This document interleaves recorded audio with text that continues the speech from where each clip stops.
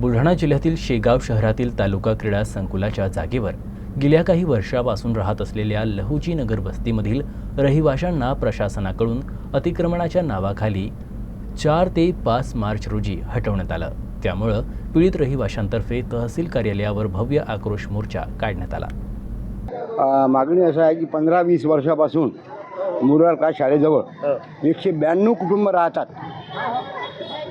आतापर्यंत 20 वर्षापासून कोणती कारवाई केली नाही। मातंग समाजाचं आणि आपल्या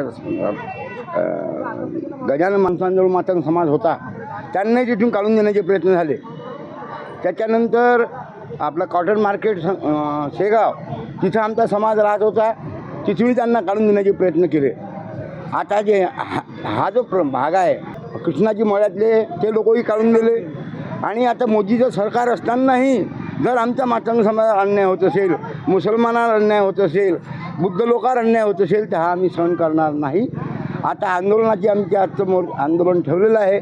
आमचा समाज जरी कमी असला परंतु तरीही आमचं आंदोलन याच्यापुढे मोठ्या स्वरूपानं सुरू करण्यात येईल, याची शासनाने नोंद घ्यावी। मागणी एकच, यांचं पुनर्वसन झालं पाहिजे, मातंग समाजाला पुनर्वसन झालं पाहिजे, त्यांना घरकुलं मिळालं पाहिजेत, त्यांना सर्व सुविधा मिळाल्या पाहिजेत, ही आमची मागणी आहे।